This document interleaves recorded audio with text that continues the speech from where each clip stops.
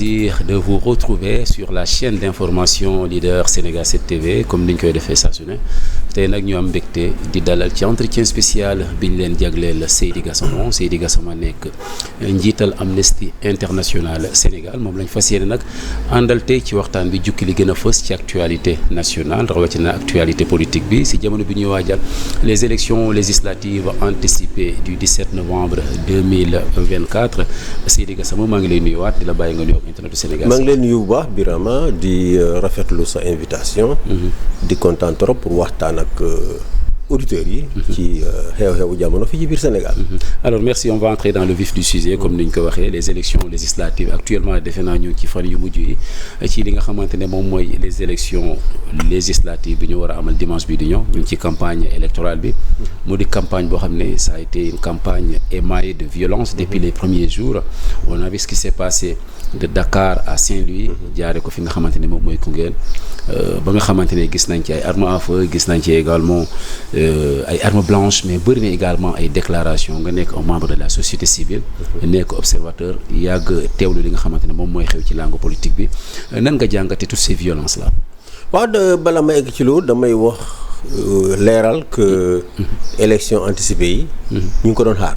Ouais. Je crois que même kuje gi ñi amoon majorité assemblée nationale ñu ngi doon xaar élection anticipée parce que muy fii ci biir Sénégal muy ci àdduna en tout cas exception yi bëriwul peut-être kaw États-Unis mooy exception bu gën a fës réew boo gis rek su dee président bu bees dañ ko fal te amul majorité assemblée majorité bi nga xam ne moom moo nekk assemblée dafa doon majorité boo xam ne jàppale ko ci liggéey bu muy def généralement lu muy def mooy dissoudre assemblée boobu delloowaat n'est-ce pas kóolute bi nga xam ne moom la ko askan wi wóolu ba ñu fal ko mu nekk président dafay delluwaat ci askan bi nee leen da ngeen ma wóolu woon waaye pour ma mettre en œuvre programme bi nga xam ne moom moo tax ngeen fal ma il faut ngeen jox ma majorité ci assemblée nationale kon lii li ñu doon xaar la soo xoolee en France en 81 Mitterrand bi ñu ko falee quelques mois après dafa dissoudre assemblée n'est-ce pas wut majorité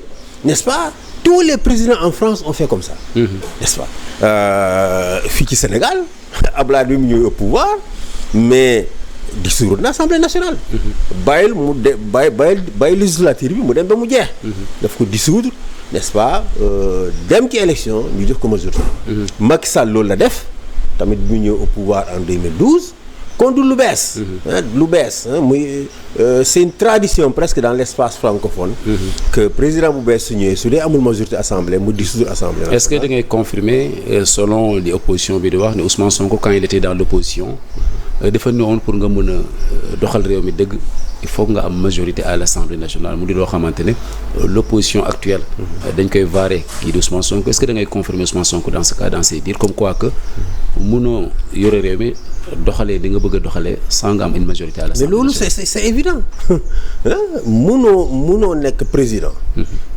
nga am nga yor pouvoir exécutif Assemblée nationale moo xam majorité boo xam ne n'est-ce pas majorité boo xam ne yow moomuloo ko mais boo xam ne bokku leen gis-gis d'ailleurs dafa am programme moo tax ñu fal la programme boobu nag ñële mën nañ ko bañ a partager gis nga rek bi ñu fi yóbbee projet de loi pour dissoudre conseil économique et social mais dañ ko rejeté le HCCT dañ ko rejeté ak yeneen sauf que l'opposition nee nañ ça a été un piège justement pour aller dans le cadre de la dissolution de mais au-delà loolu sax mënoon na bañ a am même si loolu amuloon sax président amoon na droit dissoudre assemblée wax Sénégal yi jox ko une nouvelle majorité pour qu'il puisse dérouler n'est-ce pas le programme qu'il a promis aux Sénégalais noonu lay doxee dans tous les pays du monde les dissolutions anticipées élections législatives anticipées noonu lay amee mais voilà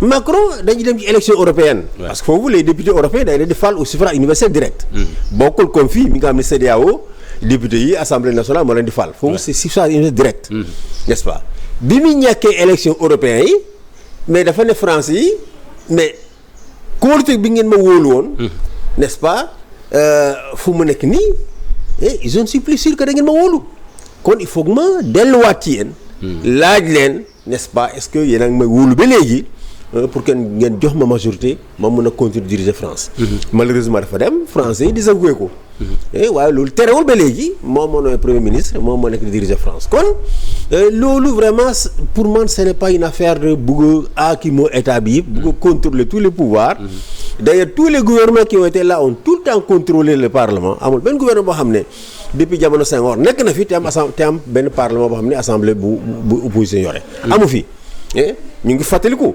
Pape Diop bi muy demee ak benn député bu ma amoon dem rejoindre Macky Sall lan la waxoon damay rejoindre Macky Sall pour réew mi bañ a bloqué ndax su ma rejoindre Macky Sall du am majorité te su dee amul majorité du mun a doxal réew mi dañu nekk ci blocage constant mais loolu moo tax tey ñu dissoudre assemblée nationale bi il faut qu'on soit honnête dans la classe politique tamit lii mënul am lii xewoon na dëmb n'est-ce pas nga nangu ko tey parce que tu es dans une position défavorable nga ne nu ko nangu waaw kii gouverner dafa soxla majorité su dee amul majorité du mun a doxal lu mu bëggee waaw loolu moo taxoon Pape Diop dem ci ànd ak ñoom wax na ko bugguma réew mi en blocage moo tax ma dem ci Macky Sall na ma Sénégalais comprendre damay dem ci moom parce que bugguma réew mi bloqué kon réew mi pour bañ a bloqué il faut que président am majorité très bien alors loolu mooy dëgg bi léegi violence bi moom ñu ngi koy condamné bu baax a baax parce que commencé na avant élection yi avant élection yi la tension yi commencé en tout cas violence verbale violence ci kaddu yu ñagas kaddu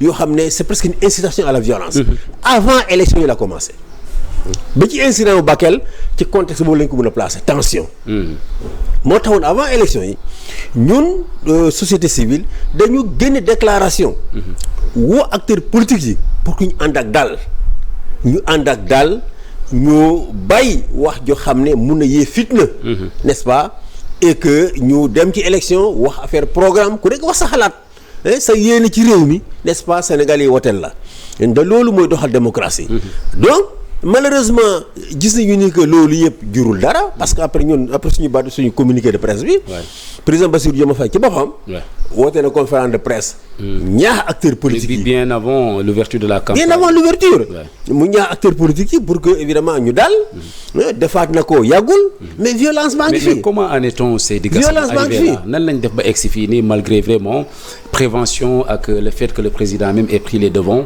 et def une déclaration daal di appeler au calme à la sérénité comme ni ngeen ko mais c'est les enjeux malgré tout ça il y a l'aspirance de enjeu yi moo rëy parce que enjeu bi tey dégg nga yéen ci opposition li ñu wax ñu ne su ñu amee majorité président ci ñun lay tànn premier ministre la cohabitation waaw su ñu amee majorité président justement est-ce que prévoir nañ ko ci suñu constitution waaw mun na am la cohabitation c'est possible dara teroon président décidé que day jël premier ministre ci opposition c'est l'opposition gagné na élection législative yi donc pour le camp de Pastef c'est vraiment sauvegarder n'est-ce pas leur contrôle du gouvernement mun a déployer programme boo xam ne moom la ñu waxoon Sénégal yi promettre Sénégal yi déployer pour opposition tamit l'enjeu c'est de reprendre le pouvoir ñu ne su ñu nommee premier ministre ci ñoom boobaa ministre yu bëri ci ñoom lay jógee xëy na projet yu bëri nga xam ne parce que bëgg na ko mettre en œuvre du ko mun a mettre en œuvre haute cour de justice bi ñuy wax mais haute cour de justice les magistrats ñi fa nekk c'est des députés à part le président je crois un ou deux magistrats en tout cas président bi moom magistrat la ñu si yëpp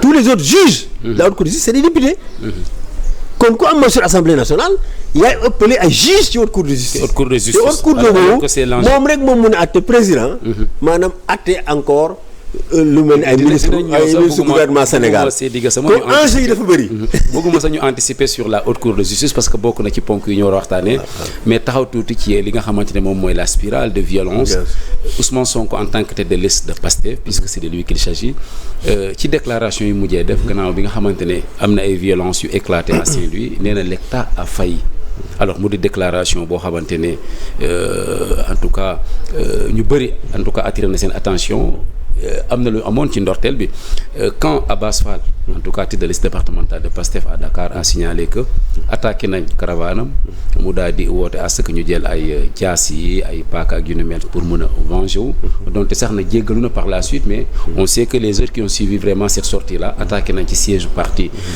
tout simplement de la coalition Sàmm Sa Kàddu malgré tout ça on n'a pas vu que lui-même il a été inquiété wala que mu am ñoo xam ne arrêté nañ leen pour mun leen traduire en justice est-ce qu'on n'a pas trop laissé la situation pourrir ba egsi ci niveau bii nii. waaw je pense qu'il faut condamner toutes les attaques. attaque bu njëkk bi mooy bi nga xam ne moom moo daal ci kaw Abass Fall. il faut le dire c'est la première attaque. mooy premier acte de violence bi nga xam ne. n'est-ce pas am na ci campagne bi. mooy l'attaque contre la caravane de Abass Fall. de Abass Fall xëy na suñu attaqué loon caravane am. kaddu boobu mu yëkkati bu du ko wax. waaw su dee on n'a pas attaqué sa caravane il n'aurait pas tenu ces propos-là. fort heureusement le lendemain dafa ñëwaat jéggalu devant les Sénégalais. jéggalu ne li ma def maa ngi koy regretter. même si ci diggante bi am na attaque contre le siège de Khalifa Sall. mais man bi attaque bi amee dem na fekke fa Khalifa Sall. ma ne ko. dem seeti Khalifa Sall. waaw dem naa seeti ko. man ko li la war mooy porter plainte. man ko li la war mooy porter plainte. soo porter plainte justice. am na obligation. défailler l'enquête. teg loxo ñi nga xam ne ñoom ñoo la. da nga ko conseillé pour mu porter plainte. ah oui dama ko wax. mu tontu ma pare ak moom wax ko média yi. après lu mu la wax. moom mu ne ma dafay porter plainte. mu ne dina porter plainte. oui absolument donc saa yu la tooñee da nga war a porter plainte. yoon nag mooy seet mooy saytu mbir mi. seet kan moo def. parce que a priori mun a wax di wax la dëmb rek. n'est-ce pas ay ñooñam ñoo ko def.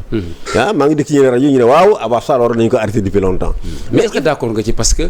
reproche bi ànduma ci wax yi du pouvoir le fait que. Abass Fall convoqué wuñ ko gis nañ ça à la suite de ça mu def benn poste pour dire que il n'a pas été convoqué. Est-ce que le fait que convoqué wuñ ko malgré tous ces propos là parce que mine de rien on a vu un exemple pareil kii di Nit Dof bi mu defee vraiment sortie bi mu defoon on n'a plus besoin de revenir sur la sortie malgré que jégalu na mais après tëjoon nañ ko ci. oui mais am nga on est dans un contexte de campagne électorale. te soo nekk ci campagne électorale ci biir campagne bi. n'est-ce pas en tout cas les principaux candidats. lépp loo xam ne wax nañu ko. te mun nañ ko rattacher ci campagne électorale. munoo leen topp pendant la campagne électorale. mais est-ce que loolu du ubbi boulevard boo xam ne. justement acteurs yu bëri ci la ñuy profité. beaucoup d'acteurs kaddu yu bëri yi ngay dégg fi kaddu yu ñagas mais acteurs yi loolu moo tax ñu koy def dañu xam ne kenn mun leen topp. kon d'accord te loolu sa lu baax la xam nga la ma tax bu baax. parce que campagne électorale day ànd ak passion. campagne électorale dafa ànd ak passion. mais encadré. liberté d'expression. dañ ko war a tolérer à tout moment dañ ko war a tolérer. mais surtout pendant la période de campagne électorale ci la ñu war a gën a tolérer liberté d'expression. parce que passion ma compétition la. compétition boobu day ànd ak passion bi ci biir passion bi nag di nga wax bi wax loo xam ne waloo ko wax. moo tax il faut beaucoup de tolérance. n'est-ce pas du discours de campagne électorale. sinon li nga def pratiquement ñëpp tëj leen. te loolu dafa bokk ci li nga xam ne moom mooy avancer la démocratie. mais quand vous dites que tolérance dafa war a am ok baax na parce que nous sommes dans le cadre d'une campagne électorale. Ousmane Sonko tête de liste Pastef par ricochet il est également chef du gouvernement. jàpp ne l'État a failli en tout cas déclaration boobu mu def. le fait qu'il ait dit que l'État a failli ban jàngat nga ci am. moi je pense qu'il faut faire la part des choses. Ousmane Sonko est en campagne électorale. Mais la faillite de l'État, j'arrive. Oui, allez-y. Il est en campagne électorale. Il porte la même casquette que Amadou Ba, qui est chef de coalition, que Macky Sall, que Barthélémy Diaz, que Thierno Alassane Sall. Il porte exactement la même casquette. Et quand il parle avec cette casquette. Il ne parle pas avec la casquette du Premier ministre. xam nga Premier ministre dañu toog bureau di liggéey. waaye moom liggéeyul ça fait presque un mois liggéeyul. mais li inquiété nit ñi indexé l'État pour dire que l'État a failli. xaaral ma ñëw l'État évidemment quand il est en campagne c'est un leader politique. si connaissant l'État il sait que certains ministères ont failli dans leur devoir de protéger. le ministre de l'Intérieur par exemple. parce que à la suite de ça génne na ko. ah oui. je crois que war nañu ko blâmer. parce que. bi violence bi commencé installé wu. dafa jëlee matuwaay. Jean-Baptiste. waaw dafa jëlee matuwaay. man maa ngi woon demoon naa ministère de l'Intérieur war a gis ak DG de la police nationale. keroog je crois mardi. mais toute la journée ñu ngi doon superviser la situation. pour faire en sorte que jàmm mun a am. parce que am nga campagne électorale code électoral dafa imposer acteurs non les activités de campagne électorale sont libres. maanaam amul. maanaam interdiction amul. waaw tant que c'est des activités qui ont lieu pendant la campagne électorale et qui sont des activités électorales kenn mënu ko tere. waaye acteurs politiques yi n'est-ce pas mooy chef de coalition yi. mooy tête de liste au niveau départemental ñoom yëpp képp kuy organiser activité muy caravane muy meeting. am nga obligation 24 heures à l'avance. dem wax ko sous-préfet wala préfet. n'est-ce pas. te yëgal ko préfet sous-préfet mooy mu jëlee matuwaay. pour mun a assurer kaaraangeewu activité boobu fexe ba su dee caravane la nga ko man sama caravane day jóge Nord Foire n'est-ce pas dem ba Point mu laaj la ban itinéraire lay jël su boobaa keneen su ñëwee mu ne dama jël même itinéraire mu ne ko déedéet mënoo ko jël parce que seen ñaari caravane dañuy daje te su dajee mun na am ay affrontement parce que police am na information xam ni ban caravane ak ban caravane ñoo mun a daje te problème du am ak ñaan caravane ak ban caravane mun a am problème am kon foofu n'est-ce pas je pense que il y avait peut-être une négligence au départ du ministre de l'Intérieur mais depuis que l'affaire là que ça commence à dépasser les proportions jël na ay matuwaay te ñu ko ci encourager parce que nag les appels à l'apaisement ont montré leurs limites il faut que ñu continuer nag di ñaax nit ñi mais ci tolérance mais tey il faut que état Sénégal jël ay matuwaay képp koo xam ne bu nga yàq campagne électorale parce que campagne électorale feetu démocratie la campagne électorale mooy feetu démocratie la période la boo xam ne citoyen yi dañuy jëlaat pouvoir bi dañuy nanguwaat pouvoir bi n'est-ce pas nar ko joxaat n'est-ce pas aux hommes politiques kon kenn war ko yàq est-ce que c'est normal ñu ciy gis feetu démocratie comme ni nga ko waxee ñu ciy gis ay armes blanches di ci gis ay fetal justement di ci gis ay jaasi loolu yëpp gis nañ ko ci mais est-ce que dañ ko war a tolérer rek comme ni nga ko waxee mais waruñu ko tolérer loolu moo tax ministre de l'Intérieur dafa jëloon arrêté fii ba je crois le 24 décembre kenn amul droit yore ngànnaay n'est-ce pas di dox ak moom fi ci biir Sénégal kenn amul droit boobu te il faut que ñu comprendre que su ñu waxee arme au Sénégal bokk na ci arme blanche maanaam paaka jaasi kuur ak lenn mooy bokk na ci arme yi c'est la catégorie 6 n'est-ce pas des armes kon képp koo xam ne yaa ngi ci biir meeting yore paaka yore jaasi suñu la jàppee la ñuy dem kaso mais les images ont montré quand même à Koungheul gis nañ ko yor fetal gis ko yor jaasi justement ñooñu nag da ngeen war a jàpp jëbaleen yoon da ngeen war a jàpp jëbaleen ci yoon waaw loolu moo war a am il faut que l'État soit absolument fort parce que su dee dem nañu ba woote bi nga xam ne président woote na ko société civile woote na ko kilifa diine ci biir yi mu woote nañu ko nit ñi mënuñu ko dëgg n'est-ce pas ñu ne dañuy jàmmaronte n'est-ce pas boobaa il faut que état taxaw nag assurer kaaraange Sénégal yi assurer intégrité processus démocratique waaw ak fu mu munte doon waaw ak coalition boo muntee bokk parti boo muntee bokk su dee jàpp nañ la nga war a ngànnaay te la war a teg loxo jëbal la yoon waaw et je crois qu'ils ont très bien fait de déférer ñi nga xam ne defoon nañ violence à Saint-Louis. Alors il y a une rivalité boo xamante ne marqué na nit ñi ci campagne bi c'est la rivalité entre la tête de liste de PASTEF Ousmane Sonko et la tête de liste nationale de Sàmm Sa Kàddu Barthélémy Diaz ba tax kii di la tête de liste de PASTEF yaramam tànk gannaaw bi nga xamante ne jàpp nañ ne attaqué nañ leen à Saint-Louis moo woote waat à ce que ñu delluwaat ci gatsa bi il a appelé à la vengeance gis nga ne ay France 24 RFI bind nañ ci gannaaw bi sax nag génnaat na ci daal di woote vraiment au calme et tout ça mais l'appel là ba nga xamante ne Ousmane Sonko émettre na ko au garsa ba jàpp ne sax war na dem Baobab dafay ji campagne bi nga déggee loolu nga nekk observateur nekk membre de la société civile lan la def ci yow. écoute bi mu ko déggee évidemment daf ma neexuma du kàddu yoo xam ne war nañ ko mën a rafetlu mais comme tu dis le lendemain. il s'est ressaisi. Je crois que loolu moo am importance. Parce que ni ma ko waxee ci bi campagne électorale dafa ànd ak passion. Passion boobu nag dina tax nga wax loo xam ne après quelque temps di nga rëccu n'est-ce pas nga xoolaat say kàddu mais encore une fois ni ma ko waxee su dee autorité jëloon nañu seen matuwaay xëy na tous ces affrontements là mënoon nañu ko circonscrire et je crois d'ailleurs que li nga moo ma gënoon mooy état Sénégal képp ku tête de liste waxamale au niveau département mais au niveau national les têtes de liste là war nañu fexe ba les gros bras là les lutteurs et gros bras là yi nga xam ne ñoom la ñuy jël nañ leen éliminer ñu fexe ba confier à chaque tête de liste n'est-ce pas une dizaine d'éléments de la police ou de la gendarmerie ñu assurer seen sécurité les têtes de liste au niveau national loolu war nañu ko mën a def pour éviter ces gros bras yi nga xam ne amuñu benn formation ils n'ont que des muscles, n'est-ce pas? Beaucoup de nervis, les gros bras dont vous parlez, ou bien sont les nervis? En tout cas, c'est les gros bras que je vois autour des candidats. Je crois qu'il y a beaucoup de nervis. Il y a eu beaucoup d'arrestations. Après les Saint-Louis, on nous parle déjà d'après le communiqué de la... Je pense que c'est le ministère de l'Intérieur.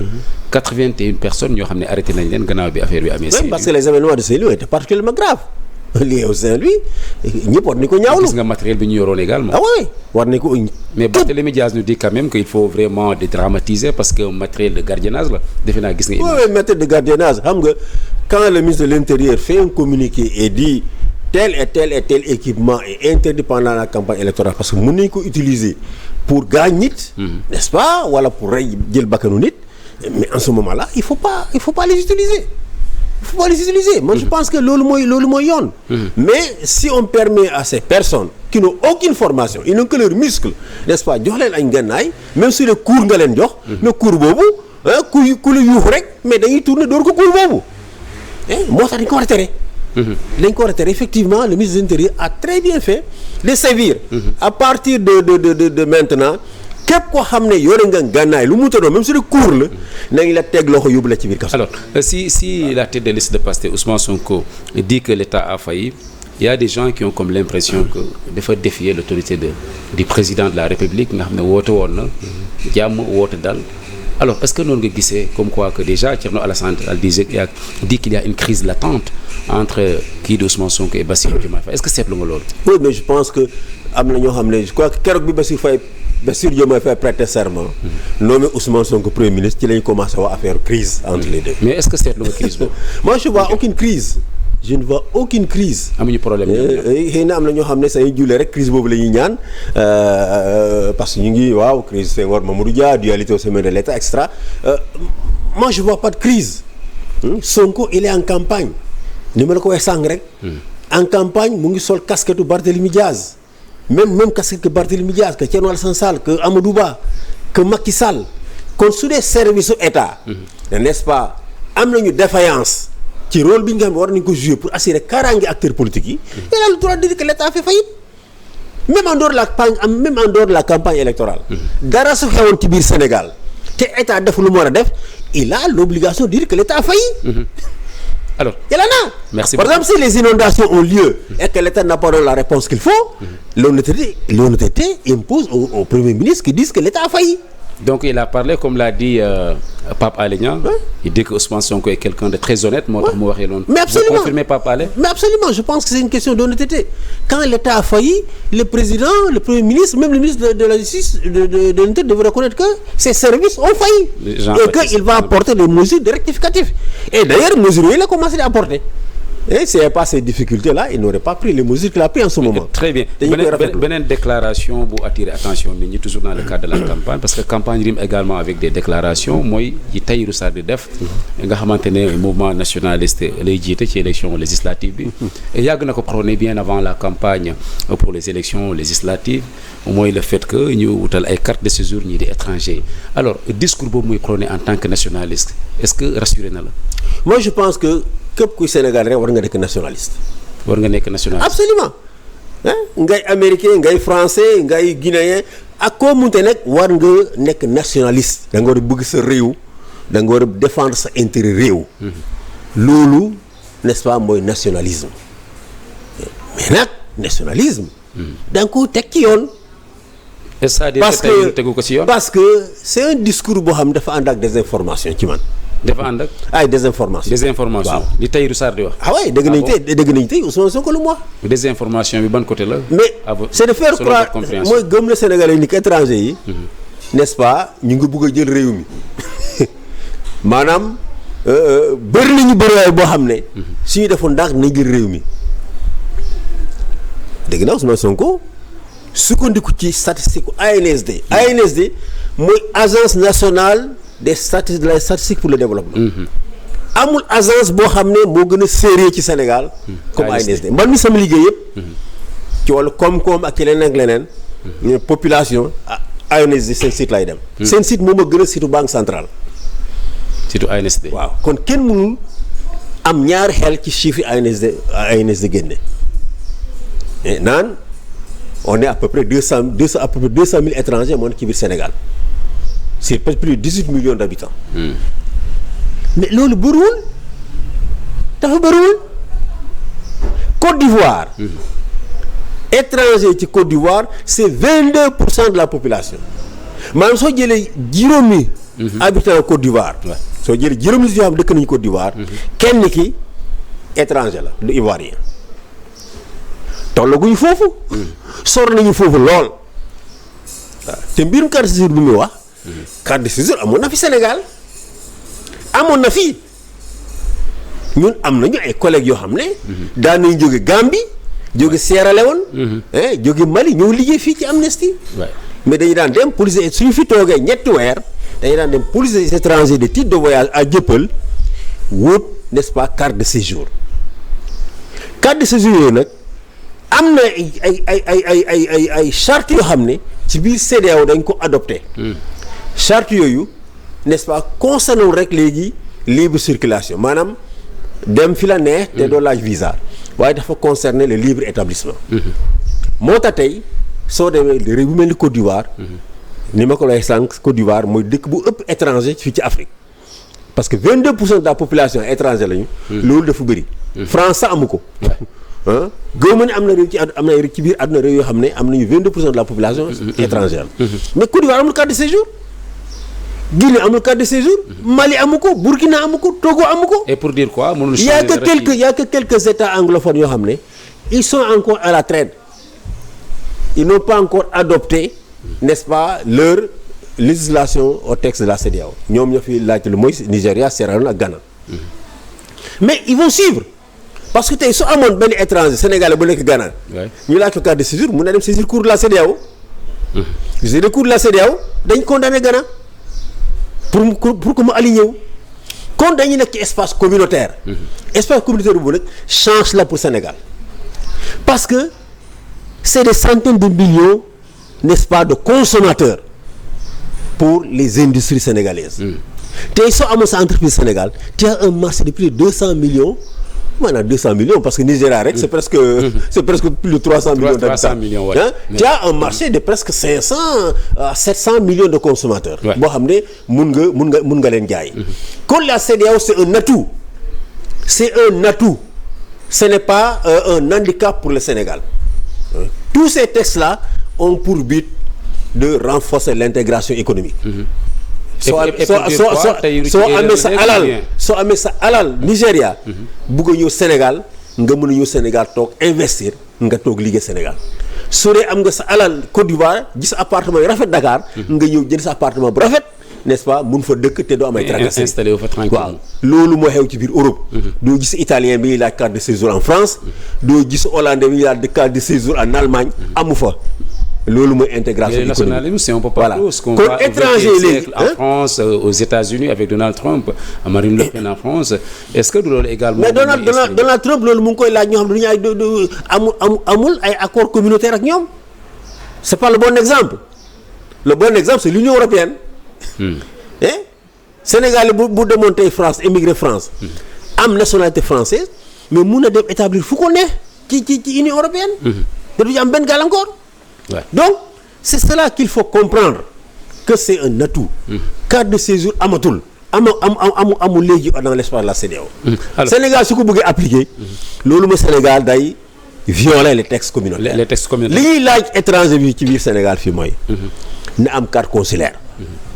man su dee Guinéen nga Ivoirien ngay Togolais wala koo munte doon. soo ñëwee Sénégal. te nga bokk CEDEAO. li laaj mooy il faut nga am benn carte consulaire maanaam soo fi ñëwee da nga dem ci sa consulat. jox la carte consulaire boobu rek doy na pour nga mun a établir Sénégal. très bien alors. ndax mooy wane ne que étranger nga. Guinéen nga mais toog nga Sénégal def établissement au Sénégal. wala Togolais nga wala Ivoirien nga wala Ghanéen nga. boobu la ñuy laaj mais carte de séjour laajal ko on l'exige plus dans l'espace CEDEAO. c'est révolu. c'est un discours boo xam ne il faut qu'on dise les gens aussi on dise aux gens la vérité en tant que société civile loolu mooy suñu rôle. wax Sénégal li nga xam ne moom est-ce que jéem ngeen dégganteeg moom Tahirou. non mosuy déggante ak moom je pense que on en a même pas besoin. Et vraiment il faut que Sénégalais yi n'est-ce pas dalal seen xel. ni ko président Ousmane Sonko waxee soo jógee Dakar dem Louga. mun nga nekk Louga pendant plusieurs jours doo gis étranger. Dakar fii capitale la. Dakar la ñu concentré wu. Voilà donc il faut éviter de dramatiser n'est-ce pas wala boog on a des Sénégalais qui sont ñoo xam ne ay émigrés la ñu ngi jànkoonte ak ay difficultés en France ak ñeneen réew yi xalaat ne ces réew tamit war nañu fa mën a faagaagal les étrangers. je pense que loolu dafa baaxul. merci on va aller beaucoup plus vite parce que comme li ñu dese ci temps bëriwul Seydi Gassama mooy lettre bi nga xamante ne l'ancien président de la République Macky Sall nekk tête de liste de la coalition takku wàllu Sénégal def na ko adressé ko aux Sénégalais. mi ñu gis ci lettre boobu on Macky Sall qui vraiment vante ses réalisations yi nga xamante ne def na ko en 12 ans mais di peindre également sous un tableau sombre li nga xamante ne moom mooy les 8 mois de gouvernance du régime de Bassirou Diomaye Faye alors ban jàngat nga am ci lettre boobu nga xamante ne dama ne lan mooy réalisation Macky Sall. wax na ci TER bi wax na ci BRT bi en tout cas lettre bu gudd la déjà il y a eu des répliques du côté de Pastef mais lettre bi gudd na quand même il a eu à dire tout ce qu'il a à peu près tout ce qu'il a fait en 12 ans. waaw BRT bi fan la yem BRT fan la yem TER bi fan la yem daanaka soo rombee Diamniadio rek yaa ngi gis ay jigéen yore ay saret yore ay bidon ndox ay bidon du wëri ndox soo rombee Diamniadio ndóol mi n'est-ce pas mu ci sa wët ci say bët nga koy gis. ay jigéen yoo xam dañuy yeewu ndox duñu ko am yéeg ci fas yi ci mbaam yi du wër sareet du wër ndox. investissement da nga koy def pour que mu jur lu ñuy wax croissance économique. waa terre ba day jëlee ñu di Dakar yóbbu leen banlieue Dakar lan lay jur ci croissance économique yaa ngi gën a attirer nit ñi rek pour ñëw Dakar. Les mirages de la ville. En tout cas, la situation financière du pays était. Les mirages de la ville. Il a tellement endetté le pays dafa endetté dëkk bi pour faire ces réalisations là parce que ñoom am na xam nga. mais Sénégal ba tey Sénégal mooy dëkk boo xam ne ba tey soo demee ci àll bi di nga gis lycée boo xam ne ñaari classe rek bloc directeur bi. bloc proviseur ak bloc censeur bi ñoo nekk bâtiment. gis yëpp ay craintin la abri provisoire. lan mooy priorité diggante école mi nga xam ne mooy former l'homme sénégalais. n'est-ce pas ak BRT ak TER. moo su ma naroon tànn mais dina investir ci l'école yi ba tey képp kuy doomu Sénégal buy xëy rek nga nekk doomu Sénégal li nga dugg ci école bu baax jàng bu baax am ay professeurs yu doy. Le déficit des enseignants dans les écoles kenn xamul ñaata la léegi benn enseignant man école bi ma jàngee sama école primaire. sama village benn enseignant ñetti classe la yore. ñetti niveau ñetti grade la yore benn enseignant depuis 5 ou 6 ans benn enseignant pourtant man bi ma fay jàngee. dans les années 70 mais il y avait plusieurs professeurs il y avait 5 ou 6 professeurs 5 ou 6 maîtres ñu nekkoon ci école boobu. régression la donc. Système éducatif en lambeaux. Infrastructure en lambeaux. Abri provisoire pendant les 12 ans de Macky Sall chaque année am nañu programme résorption des abris provisoires. ba léegi y a des abris provisoires. donc fi mu waroon dugal alal bi dugal ko fa. parce que nee nañu inaugurer TER moo ëpp impact. que inaugurer ay salle de classe. Politiquement peut-être waaw politiquement. alors mais donc il nous reste très peu de temps. donc damay wax rek. donc vraiment il faut que en termes de réalisation. Macky ne doit pas nous parler de réalisation. en parlant de. parce que ñi fi nekk tey. depuis 6 mois. li ñu gère rek mooy les conséquences. n'est-ce pas de la politique désastreuse de Macky Sall. sur le plan économique. alors loolu la fi gérer. sur le plan des droits humains. c'est encore la catastrophe. en 3 ans il y a eu plus de 65 morts. dans ce pays. waxuma ci militaires yi nga xam dañuy disparaître. plus de 65 morts. yoo xam ne n'est-ce pas dañ les rey pendant les manifestations. à la suite d'un usage excessif de la force. Est-ce à dire qu'il peut être jugé par la haute cour de justice comme le débat qu'on a vu. mais il y a des présidents qu'on a jugés pour moins que ça. fii ci àdduna am na président yoo xam ne dañ leen jugé pour moins que ça. ah oui mais bés bu ñu ubbee l'enquête. si on se rend compte que Macky Sall moo joxoon digal pour que ñuy réprimer ces manifestations de façon violente en usant la force de façon n'est-ce pas disproportionnée su dee nervi yi on se rend compte que moom moo doon approuver nervi yi n'est-ce pas pour que ñu recruter leen yónni leen ci mbedd mi pour ñu rey xale yi mais il sera poursuivi encore une fois dama dégg avocat yi di wax en matière de droits humains.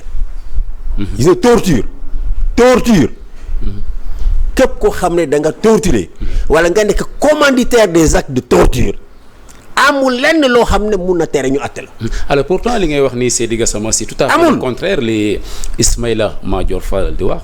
en tant que ancien garde des Sceaux jàpp ne Macky Sall mënuñu ko traduire en justice pour des actes qu'il aurait commis sauf en cas de haute trahison alors que suñu législation leeralul l'histoire de cette haute trahison là. Est-ce que li mu wax également. mais haute trahison on peut mettre tout dedans. mais il faut que ce soit quand même défini clairement. voilà. mais comme c'est pas défini clairement on peut tout mettre dedans. donc est-ce qu'il n'a pas raison de dire que Macky Sall mënuñu ko traduire en justice. non moom xam na ne l'ancien garde des Sceaux moom xam na ne gis nga Sénégal fii. bépp gouvernement bu bëgg a traduire président en justice na ko traduire en justice. haute trahison on peut tout mettre dedans. en tout cas li ma mën a wax loo xam ne wóor na ma man mooy. n'est-ce pas lépp luy crime de torture. crime contre l'humanité. jël ay bakkanu jàmbur ay nit yu bëri.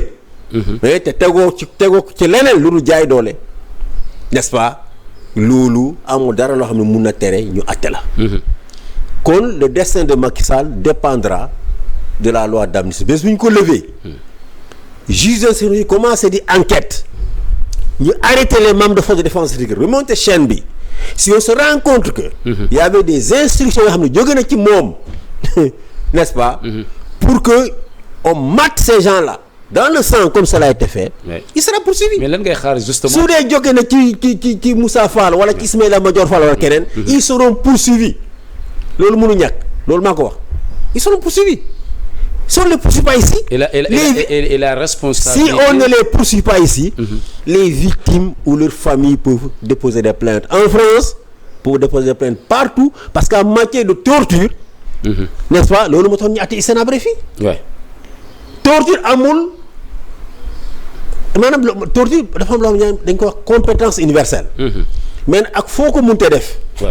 ak foo munte nekk. n'est-ce pas état am nañu obligation n'est-ce pas poursuivre la.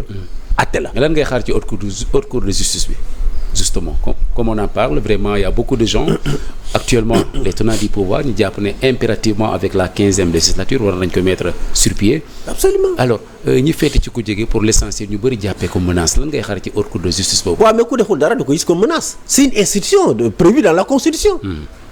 maanaam charte réew mi moo prévoir haute cour de justice. kuy gis nag menace loolu mooy yow n'est-ce pas da nga wóolu sa bopp. wala boog da nga def dara li nga xam ne yaa ngi xalaat ne mu neel topp ëllëg. waaw su dee da nga set wecc n'est-ce pas laaloo ci àll réew mi n'est-ce pas jëluloo bakkanu nit. n'est-ce pas xaw ma lu tax nga ragal cour de justice. charte réew mi moo ko prévoir. ci ordonnancement judiciaire mais ñee ko taxawal loolu manquement la. kon dañ ko war a taxawal parce que dafa bokk ci ordonnancement judiciaire Sénégal dañ ko war a taxawal te rôle am mooy atte ñi nga xam ne. amoon nañu maanaam martaba ci biir réew mi. lu mel ni président de la République. premier ministre ak ay ministre kuréel moo la mun a atte kon il faut que ñu taxawal ko. très bien l'ancien ministre des finances et du budget décédé le 4 novembre dernier Mamadou Moustapha Ba c'est en France ñu indi ko fii nii le certificat de genre de mort bi nga xamante ne établir nañ ko en France nee nañ gisuñu fi dara d'extraordinaire c'est une mort naturelle et bi mu ñëwee Sénégal le parquet jël na affaire bi saytuwaat ko bu baax jàpp ne am na ay éléments suspects yu tax sax ñu war a mën a def autopsie bi ñu ko defee également defe naa lire nga les résultats de l'autopsie en tout cas information yi ci jógee comme quoi que war nañ gën a saytu. est-ce que tout ce bruit là amul la ci xaw a inquiéter un peu. waaw d'abord damay jaale famille yu Mamadou Moustapha Ba. man miinuma ko woon waaye dem naa ci ay ndaje yu bëri yoo xam ne. mu ngi woon foofu te waxam bëriwul. waaw li nga ko gis ci photo bi noonu muy reetaan wala muy signe. noonu la mus a nekk. mun na nekk ci benn ndaje li mu war a wax rek lay wax jeex na. donc nit ku baax la woon nit ku courtois. bi ma déggee ne gën na àdduna vraiment daf ma naxari woon trop bien vrai que miinu ma ko woon mais daf ma naxari trop parce que ma xamoon nit ku baax la. kon su dee il est décédé et que état. am ay information que xëy na dara mun na ci rax. am na lu ci laxas. état am na obligation. maanaam saytu mbir mi.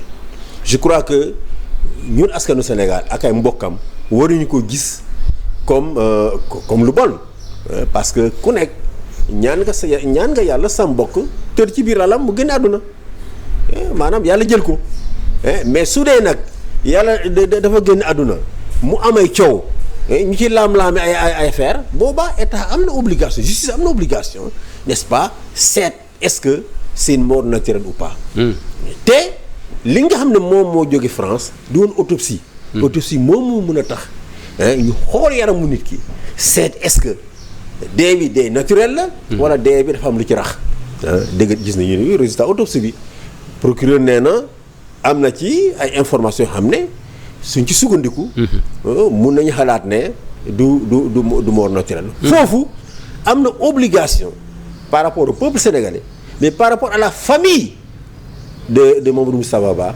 pour leeral mbir mi waaw su dee dafa am koo xam ne loxoom laal na ci mais dañ ko war a teg loxo c'est ça donc vraiment maa ngi jaale njabootam di wax état que justice wax ma sa état justice waaye su dee am nañu ay information def nañu autopsie gis nañu ni que du mort naturelle booba am nañu obligation par rapport à ñun les citoyens sénégalais mais par rapport aussi à sa famille pour que ñu leeral mbir mi waaw gis nga néew suñ ko fekk sax mu tëdd ci mbedd mi mais dañ koy def autopsie dañ ko autopsie ku dee ci biir géej gi su dee dee bi leerul maanaam su dee même su dee da nga lab sax mais dañ lay autopsie kon loolu lu normal la warul andi coow ci biir réew mi en tout cas naxar la boo xam ne ñëpp la naxar ci biir réew mi ku ko xamul vraiment je crois que dëjëm bi dafa réconcilier Sénégal yi ndax ñëpp a ci ànd naxarlu loolu vraiment géej ñi am ci biir réew mi nit génn àdduna n'est-ce pas mu am ce genre d'émotion n'est-ce pas au niveau national vraiment maa ngi jaale njabootam jaale waa Nioro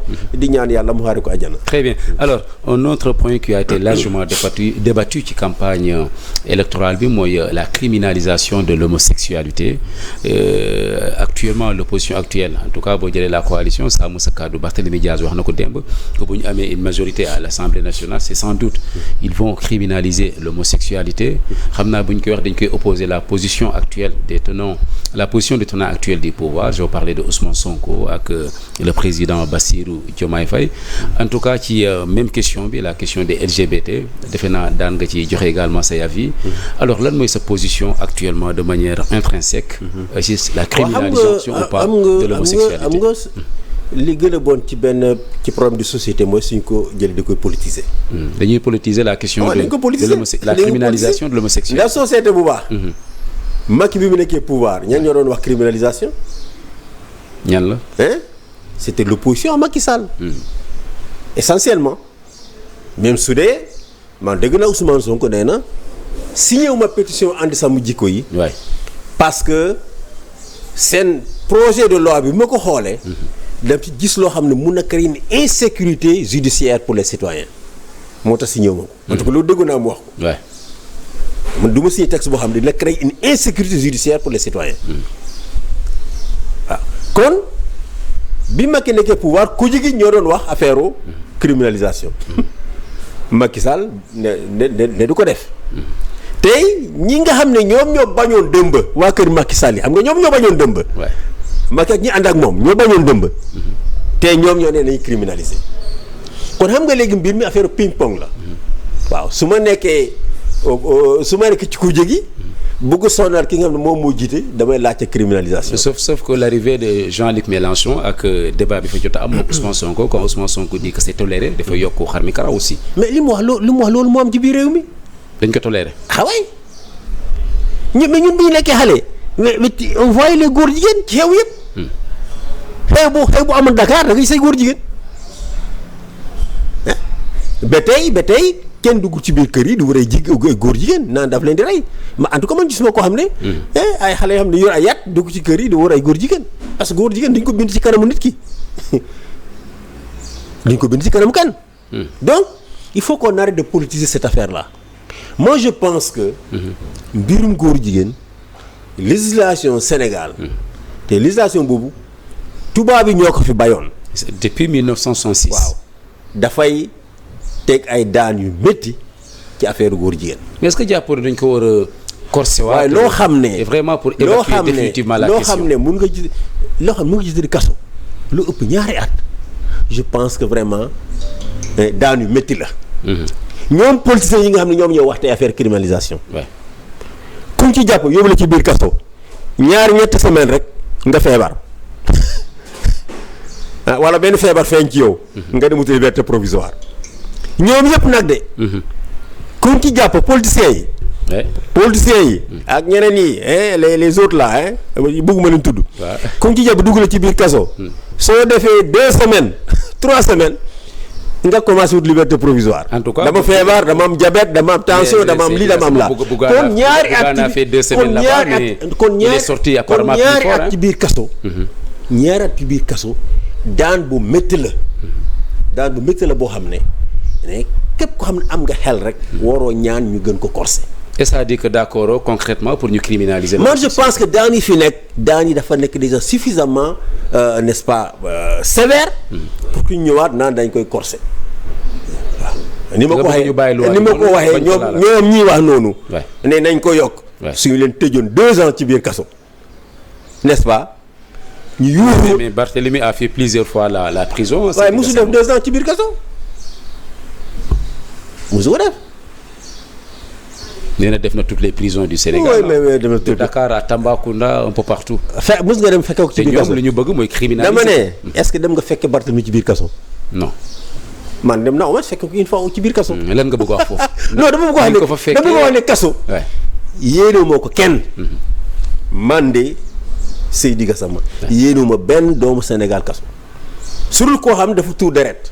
ku tuur deret. n'est-ce pas koo xam ne. vraiment def nga yeneen infraction yi. n'est-ce pas war na tëj biir kaso. mais à part tour deret ak loo xam ne luubal alal réew mi jël ay milliards. n'est-ce pas li waroon faj nit ñi war a dugal xale école nga jël ko aakima ko suñu dugalee ci biir kaso sama yoon nekku ci. dañ ko teg ci yoon rek nañ teg atte bi ci yoon rek. waaw kon vraiment il faut que nit ñi delluwaat seen xel. ñu bañ ko jël di koy politiquer su ma nekkee ci ku jegi ma ne nañu criminaliser mais su ma nekkee pouvoir ma commencé ne nañu xoolaat mbir mi tuuti kon je pense que législation bi fi nekk c'est déjà suffisamment répressif. est-ce que c'est pas obsolète de 1966 à maintenant. il n'est pas obsolète, c'est des peines de prison. tey lan mooy tendance bi tey mooy décriminaliser. dépénaliser mooy tendance bi tey. au niveau mondial mooy dépénaliser. kon Sénégal soo moom du ma dépénaliser. mais les cultures ne sont pas pareilles, c'est également au niveau mondial. C'est-à-dire sur une culture ici au Sénégal, ça n'a rien à voir avec ce qui se passe en France.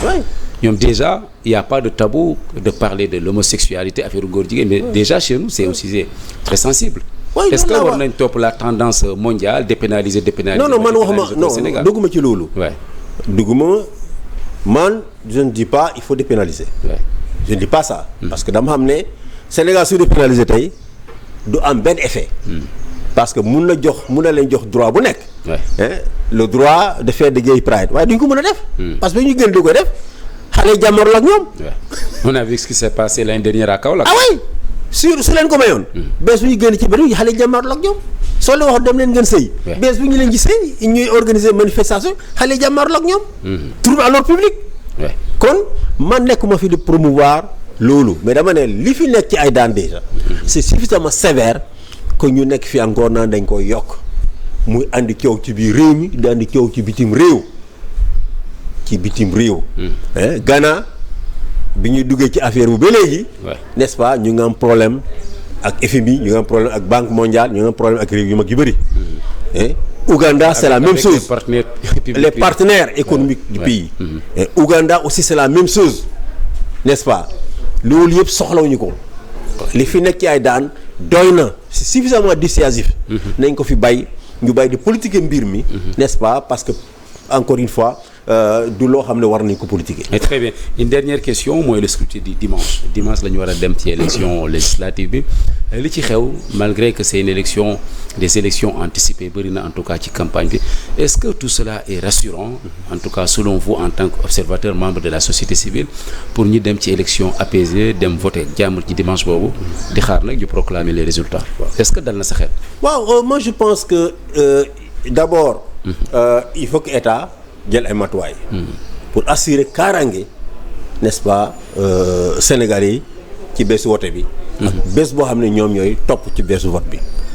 État am na obligation. de c'est un devoir régalien de l'État pour que ñu déployer ay takk der ñu assurer sécurité. ci centre de vote yi assurer ko ci dëkk bi ba ñu proclamer résultat yi n'est-ce pas ku nekk dem def sa liggéey. par contre li nga xam ne moom mun a am après élection yi loolu leneen la. parce que selon que Pastef am majorité wala opposition am majorité dëkk bi mun na nekk ci ay jafe-jafe. waaw parce que su dee Pastef su dee opposition am na majorité. président am na responsabilité bu rëy. soit day nommé premier ministre bu jóge ci ñoom wala mu ne du ma ko def. su dee nag du ma ko def loolu mën a jur ci réew mi. mu ne loolu lan la mën a jur waaw ci réew mi su dee président nee na yéen am majorité assemblée léegi damay nommé premier ministre ci yéen am problème mais su dee président nee na du ma ko def boobaa il faut que mu wut benn majorité. mun na ko wut en appelant par exemple coalition yi nga xam ne war na mun na ànd ak ñoom. te gis nga coalition ñu mel c'est des coalitions hétéroclites. bés bu ñu gagné rek ku nekk mun nga dem sa yoon. loolu mooy coalition du parti politique. parti politique mooy su ñu la falee ci labelu parti politique bés boo fa jógee rek di nga perdre sa mandat. waaye su dee coalition la loolu amul. kon ils peuvent reconstituer une autre majorité même su dee ñoom amuñu majorité. donc su dee nag amuñu majorité. dëkk bi ci jafe-jafe lay dem. parce que y aura des blocages. très bien Amnesty. beaucoup de blocages. Amnesty nan la koy waajale. Amnesty vous au niveau de Amnesty International. waaw ñun am nañu ay observateurs sur tous les territoires nationaux ñoo xam ne. ñu ngi vraiment saytu lépp loo xam ne violence la. di suivre le violence bi ngay gis ni muy ak Koungheul muy ay Saint-Louis muy partout on a des gens yoo xam ne ils sont sur place n'est-ce pas su dara xewee dañuy def seen l'enquête def ñu ay rapports. yónni ñu ko loolu dinañ ko continuer bésu élection bi dinañ ko continuer tamit dans les jours qui vont suivre après les élections léegi nag par rapport au scénario politique qui vont avoir lieu je pense que Sénégal yi ñoom ñoo war a jël seen responsabilité. waaw soit ñu voter jox ñu la majorité n'est-ce pas ñu mettre en œuvre seen programme soit ñu jox ko opposition boobaa opposition. n'est-ce pas moom mooy mun nañu nommer seen gouvernement. mais boobaa. ñoom ñooy d'accord seen biir élaborer seen programme mettre ko en œuvre. D'ailleurs tu as entendu ñu ngi wax déjà affaire chômage. comment réduire le chômage. comment et cetera mais su ma dama defee chômage n'est-ce pas kenn mënu ko wàññi en 7 mois. mais ñi juróom-ñaari weer lañu fi nekkee. juróom-ñaari weer mu da nga tabax da nga former sa gouvernement former sa nommer sa DG. il continue élaborer sa plan de développement. loolu mais mun na jël at kon di wax ne wàññi chômage bi mais 7 mois mënoo ci wàññi chômage. mënuñ ci def parce que plan bi nga xam ne yaa ngi koy doog a pare. il a pas encore mis en œuvre. moi je pense que tey fi ñu mun a juger le gouvernement là. c'est par rapport à la campagne agricole. est-ce que n'est-ce pas loolu moo nekkoon urgence bi ñu jëlee pouvoir. avec les moyens déployés. fin avril est-ce que on a une campagne agricole réussie. parce qu'ils ont quand même déployé beaucoup de moyens pour la campagne agricole. C'est une urgence. Est-ce qu'ils ont bien géré les inondations dans les villes? C'est important. Est-ce qu'ils ont bien géré les inondations dans la vallée du fleuve Sénégal? C'est extrêmement important. Je pense que man de en tant que citoyen loolu mooy sama critère mais du ma fi nekk di objectif quoi di laaj ay nit yoo xam ne defaguñu juróom-ñaari weer lañu def au pouvoir ma leen di wax n'est-ce pas créer leen ay emploi vous êtes responsable de l'immigration clandestine loolu je pense que aussi en tant que citoyen man je trouve que su ma ko laajee l'actuel gouvernement je ne suis pas un citoyen rationnel et c'est pas objectif. Il faut même être rationnel. On doit être des citoyens éclairés léegi nag li ma ko waxee on attend que le peuple décide. li peuple lu décider rek ñun ànd nañu. ñu xam ne loolu la. voilà merci beaucoup Seydi Gassama temps bi jeex na. jërëjëf merci beaucoup. encore une fois ni ma ko waxee ñu ngi lancer un appel à tous les Sénégalais. le 17 ku nekk na nga n'est-ce pas pare yor sa carte dem voter d'abord. may ñaax ñi nga xam ne dama ko jël seen carte de vote parce que dans toutes les préfectures du Sénégal il y a des milliers de cartes yoo xam ne mu ngi foofu seen borom demuñu leen jëli kon ne Sénégal yi jóg dem jël seen biir seen carte n'est-ce pas yore ko bés su jotee nekku nag dem voter soo voter ba pare ñibbil sa kër loolu mooy suñu devoir voter ñibbi suñu kër lu ci des moom c'est le devoir des partis politiques. ñoom ñoo war a sécuriser le vote. waaw ma leen di wax encore une fois bépp parti boo xam ne tu n'es pas en mesure d'avoir des représentants dans tous les bureaux de vote. bu fi taxaw n'est-ce pas le 18 nga ne ñu dañu sàcc élection yi. waaw seen devoir mooy. ñu fexe ba ñu nekk présent dans tous les bureaux de vote. tous les bureaux de vote oui. n'est-ce pas pour défendre ses intérêts au parti. parti bi nga xam ne wala coalition bi nga xam ne mënoo ko def bu fi taxaw dinaan Sénégal yi dañu sàcc élection yi parce que li nga waroon def pour assurer l'intégrité du scrutin protéger say vote defuloo ko. kon nañu citoyen def suñu devoir dem voter ji. ñibbi suñu kër. waa ñoom te ñu def seen devoir fexe bi ñu am ay représentants dans tous les bureaux de vote. pour que évidemment mu bañ a am benn contestation. n'est-ce pas le lundi 18. n'est-ce pas ak Sénégal yi xëy dem liggéey. majorité bi nga xam ne moom la ñu fal assemblée n'est-ce pas mu mun a def liggéey bi nga xam ne moom la ñu xaar ci moom. merci beaucoup Seydi Gassama di la sant di la gërëm di fàttali ne yow yaay le directeur exécutif d'Amnesty International Sénégal mbokk yi di leen di sant di leen di gërëm également yéen ñu doon suivre sur la chaîne Sénégal 7 TV la chaîne d'information leader comme j'ai l'habitude de le dire di sant également di gërëm tuuti à elle seule qui fait vraiment une magnifique réalisation la réalisation que vous venez de suivre di leen di jox nag dig daje ci beneen entretien spécial fii ci Sénégal 7 jaa ngeen jëf.